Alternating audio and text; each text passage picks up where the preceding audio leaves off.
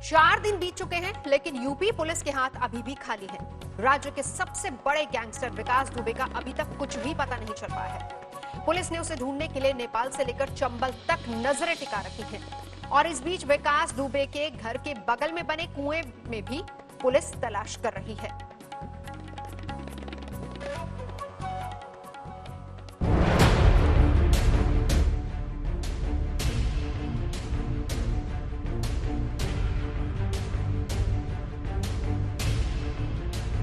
यहाँ पे जो डेथ हुई थी वो तो ईस्ट से आए थे। वहाँ पे एक आदमी था, वो बोला कि वो देखो लेटा हुआ है, क्योंकि ये दीवार लंबी है तो रात में इधर का ज्यादा नहीं दिखता है, यहाँ छाई पड़ जाती।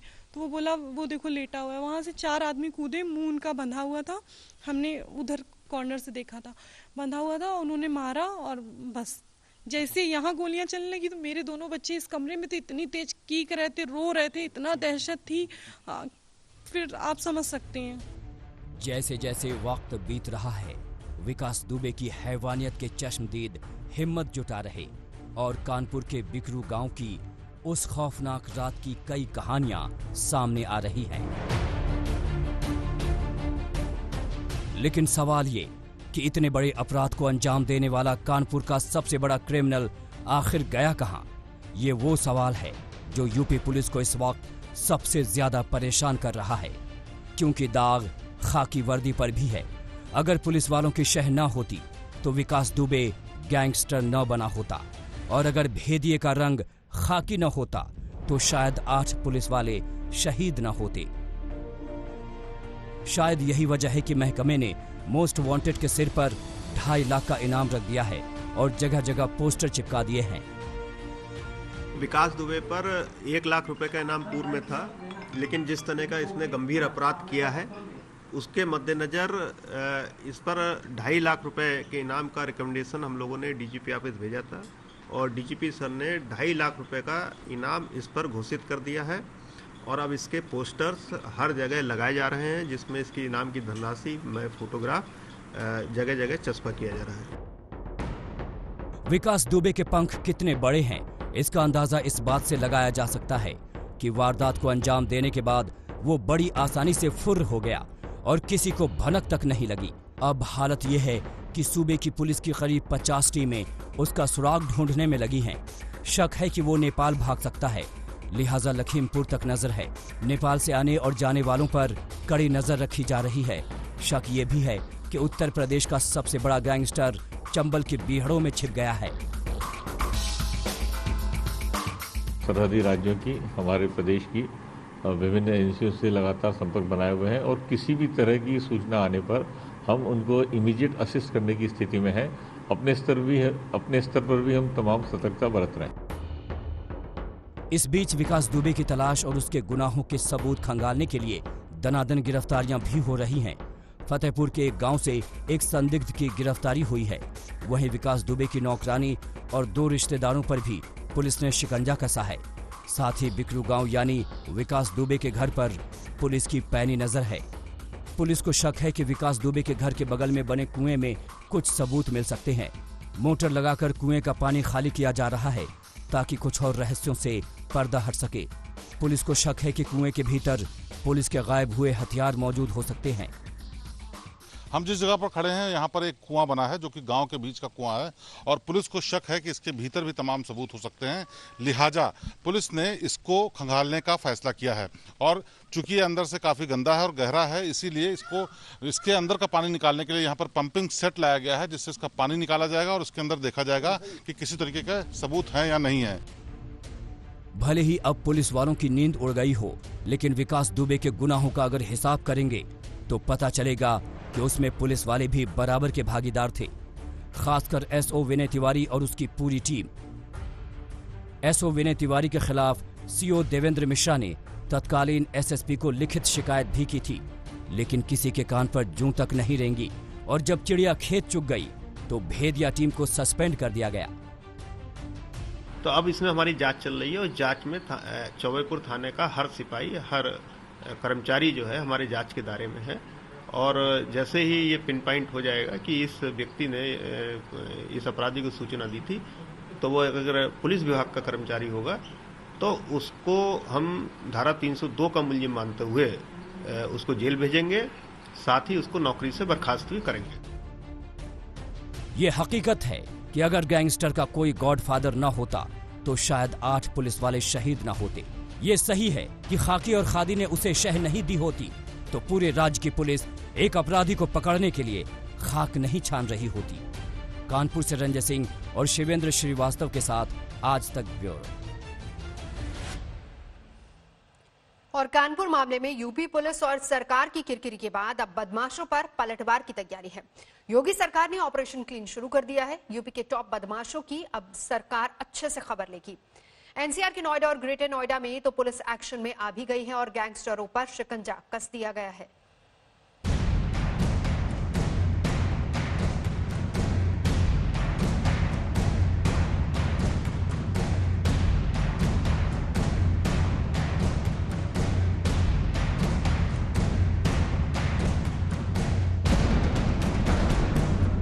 कानपुर के बिकरू गांव में 4 रोज पहले एक कुख्यात गैंगस्टर ने जो तांडव मचाया वो यूपी पुलिस के इतिहास का काला अध्याय बन गया है। पुलिस इससे अरसे तक नहीं उबर पाएगी। एक गैंगस्टर को दबोचने में 8 पुलिस वालों की शहादत के बाद अब योगी सरकार फुल एक्शन में आई है। कानून व्यवस्था को लंबे अरसे से ठेंगा दिखाते आ रहे बदमाशों की अब खैर नहीं। खुद यूपी के सीएम योगी आदित्यनाथ ने प्रदेश के आला अधिकारियों को माफिया और गैंगस्टरों पर हल्ला बोल के सख्त निर्देश दिए हैं। पुलिस को खुली छूट दी गई है। मकसद एक ही है, हर हाल में किसी भी हालत में बड़े अपराधियों पर पूरी तरह से नकेल कसनी है। यूपी पुलिस ने ऑपरेशन क्लीन शुरू किया है। यूपी के टॉप बदमाशों की लिस्ट तैयार है। माफिया मुख्तार अंसारी का नाम इसमें सबसे ऊपर है। मुख्तार की 50 अवैध संपत्तियां जब्त हो चुकी हैं। उसके अवैध कारोबार को नेस्त नाबूद कर दिया गया है। मुख्तार के 100 लोगों पर गैंगस्टर एक्ट लगाया गया है। अतीक अहमद भी पुलिस के निशाने पर है। पूरे यूपी में पुलिस के हल्ला बोल का असर नोएडा, ग्रेटर नोएडा में भी दिख रहा है। ये देखिए, कुख्यात सुंदर भाटी के 2 खेत कुर्क किए जा रहे हैं। पुलिस ने खेत में बोर्ड लगा दिया है। ये कार्रवाई ग्रेटर नोएडा के रामपुर गांव में की गई। सुंदर भाटी गिरोह के गुर्गे सत्यवीर बैंसला के 3 प्लॉट भी कुर्क किए गए। इसकी कीमत 2.5 करोड़ से ऊपर है। सुंदर भाटी की 2 जमीन रामपुर गांव में है जिसकी कीमत लगभग 80 लाख है और सत्यवीर बैंसला के 2 प्लॉट कासना गांव में और 5 सेक्टर में है, उनको कुर्क किया गया जिसकी कीमत 2 करोड़ 60 लाख रुपया है।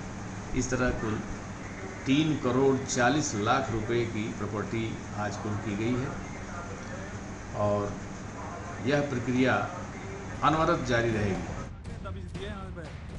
लेकिन कड़वी सच्चाई ये भी है कि अभी बदमाशों के हौसले पस्त नहीं हुए हैं।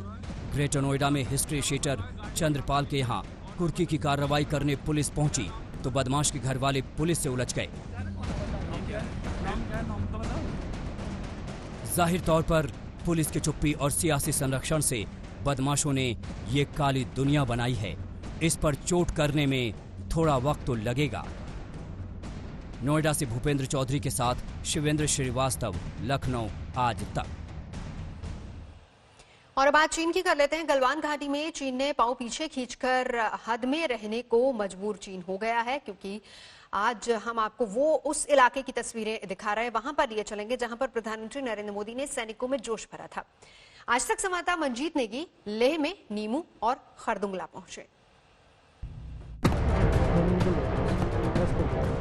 वो तस्वीरें जो चीन को डराती हैं और हिंदुस्तान को जोश से भर देती है। वो तस्वीरें जो चीन को तड़पाती हैं और भारत का हौसला बढ़ा देती हैं। वो तस्वीरें जिन्हें देखकर चीन क्रोध से कांपने लगता है और भारत ये संदेश देता है कि उसकी तैयारी पूरी है।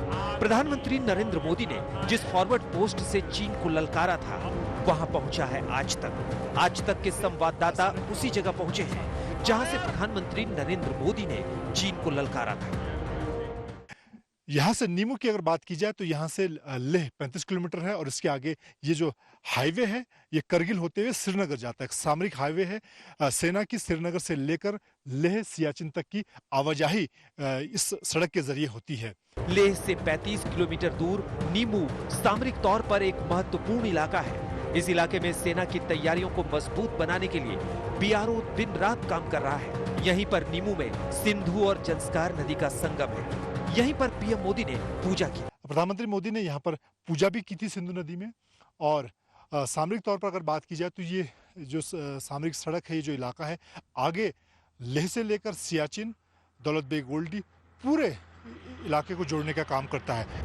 यहाँ सिर्फ 2 नदियां नहीं, 2 महत्वपूर्ण सामरिक सड़कें जुड़ती हैं। पहला श्रीनगर से करगिल होते हुए लेह पहुंचने वाला सामरिक राजमार्ग, दूसरा नीमू से दारचा जाने वाला सामरिक मार्ग। यहाँ पर सेना की गाड़ियों की आवाजाही लगातार बनी रहती है। करगिल से लेह होते हुए सेना के हथियार और साजो सामान इसी हाईवे से लद्दाख के अलग अलग इलाकों में पहुंचते हैं। दौलत बेग ओल्डी और सियाचिन तक सेना की सप्लाई यहीं से जाती है। मतलब ये कि चीन के साथ साथ पाकिस्तान को भी घेरने के लिए तैयार की जा रही है ये सड़कें। यहाँ पुल और सड़कें बनाने का काम बॉर्डर रोड ऑर्गेनाइजेशन कर रहा है। आपको दिखाते हैं कि कैसे बीआरओ ने पिछले 3 महीनों में 3 सामरिक पुलों का निर्माण किया है। 3 महीने के रिकॉर्ड समय में इन सामरिक पुलों का निर्माण हुआ है। बीआरओ ने रिकॉर्ड 3 महीने के अंदर इस नए पुल को तैयार किया है और ऐसे करगिल से लेकर लेह तक ऐसे 3 नए पुल 3 महीने के अंदर तैयार किए गए हैं, जिसकी वजह से अब सेना की जो आवाजाही है वो आसानी से हो रही है। ये नीमू ब्रिगेड है। यहाँ सेना के हजारों जवान तैनात हैं। दिन रात काम होता है। हैरान करने वाली बात है, मगर जानकर आश्चर्य होगा कि बीआरओ ने 3 महीने के भीतर यहाँ कंक्रीट का शानदार और मजबूत पुल बना दिया है। मौसम की मुश्किलों और कोविड की चुनौती के बीच बीआरओ ने कमाल का काम किया है। ये जो ब्रिज है अभी हमारे को आप देख सकते हो, यहाँ पे एक लोहा ब्रिज था, बेली ब्रिज, जो कि कोई सक्षम नहीं था कि वो लोड क्लास 24 आर था। और ये जो है इसको रिकॉर्ड टाइम पे 3 महीने में बनाया गया था कि रिक्वायरमेंट के लिए, आर्मी का रिक्वायरमेंट के लिए, ताकि इसमें कोई भी किस्म की गाड़ी जो है ये LAC की तरफ जा सकती है। लद्दाख में भारत की चीन के साथ 1200 किलोमीटर लंबी LAC है। इस इलाके में बीआरओ 40 सामरिक पुलों का निर्माण कर रहा है। पिछले 3 सालों में 20 सामरिक पुल बनकर तैयार हो गए हैं। चीन की घबराहट और भारत से चिढ़ की यही सबसे बड़ी वजह है। इसलिए चीन दिल मिलाया हुआ है। कैमरामैन संजय चौधरी के साथ मंजीत नेगी, नीमू, लेह, आज तक। और सड़कों का निर्माण सिर्फ नीमू नहीं बल्कि खरदुंगला में भी हो रहा है। सामरिक लिहाज से बहुत ज्यादा जरूरी पुल और सड़कें बनाने का काम यहां पर जोर शोर से चल रहा है। आज तक पहला चैनल है जो इन दोनों जगहों पर पहुंचा है।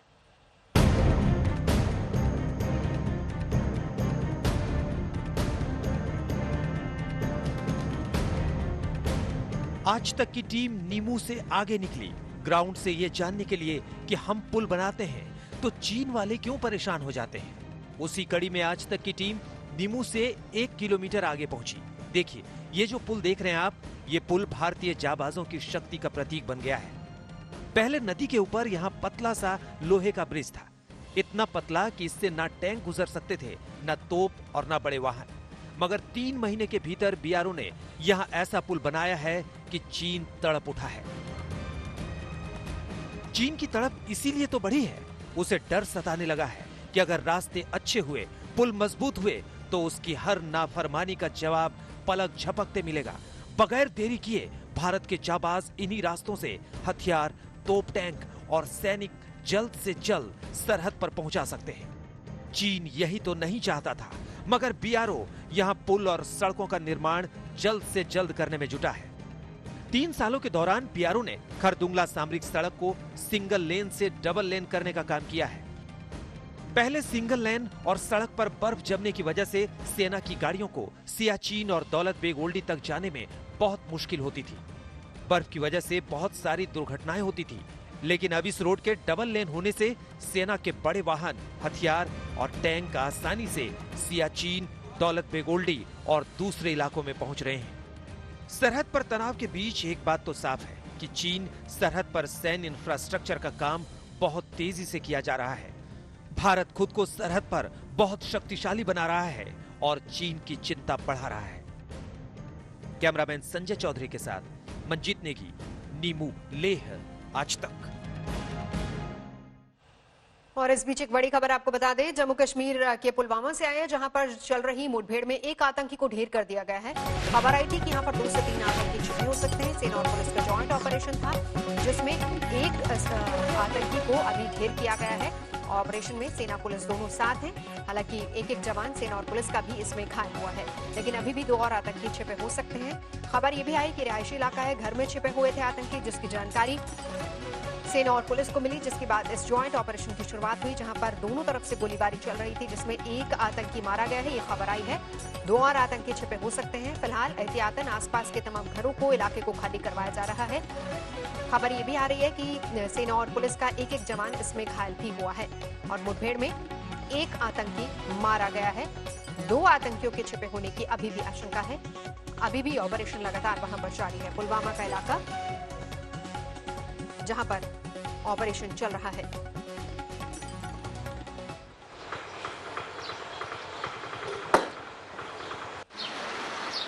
ये वही इलाका है जहां पर ऑपरेशन चल रहा है, जम्मू कश्मीर का ये पुलवामा इलाका, जहां पर अभी मुठभेड़ जारी है। तो आगे जाना ठीक नहीं है, बंदा बंद जाए तो थोड़ा भरा पता नहीं लगेगा कहाँ है।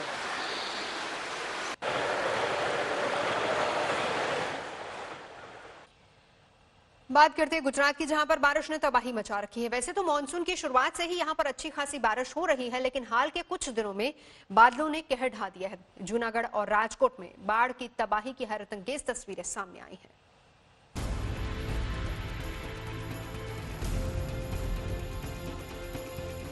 गुजरात में मानसून किस कदर कहर बरपा रहा है, ये 2 तस्वीरें इसका सबसे बड़ा सबूत हैं। जूनागढ़ में एक पुल पानी की मार से मलबे का ढेर बन गया, तो राजकोट में एक क्रिकेट स्टेडियम स्विमिंग पूल में तब्दील हो गया। जूनागढ़ के इस पुल की हालत ऐसी हो गई है जैसे कोई टूटा खिलौना। नदी के दोनों तरफ पुल 2 हिस्सों में बंट गया है। दोनों ओर का ढांचा पानी में टेक लगा चुका है और बीच के हिस्से ने तो पूरी जल समाधि ले ली। ये नतीजा है बारिश और बाढ़ की मार का। सबली नदी के ऊपर बना ये पुल 2 गांवों को जोड़ता था, इलाके के लोगों की आवाजाही का अहम जरिया था।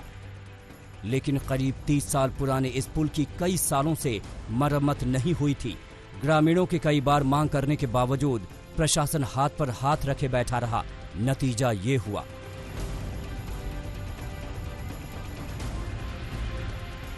अगर दर्शक दीर्घा न देखे तो यकीन करना मुश्किल है कि इस जगह पर क्रिकेट मैच खेला जाता होगा। जी हां, ये राजकोट का क्रिकेट स्टेडियम है, जहां कोरोना संकट से पहले तक गेंद और बल्ले का दंगल होता था। लेकिन 5 इंच से ज्यादा की बारिश ने क्रिकेट स्टेडियम की सूरत ही बदल दी। मैदान में इतना पानी भर गया है कि बारिश के साथ चल रही तेज हवा के झोंके से इसमें लहर भी उठ रही है। ये हाल हुआ है स्टेडियम के ढाल में होने की वजह से। शहर के बाकी हिस्सों में भरा पानी भी इसी की ओर दौड़ने लगा और क्रिकेट का मैदान तरन ताल बन गया। आज तक ब्यूरो।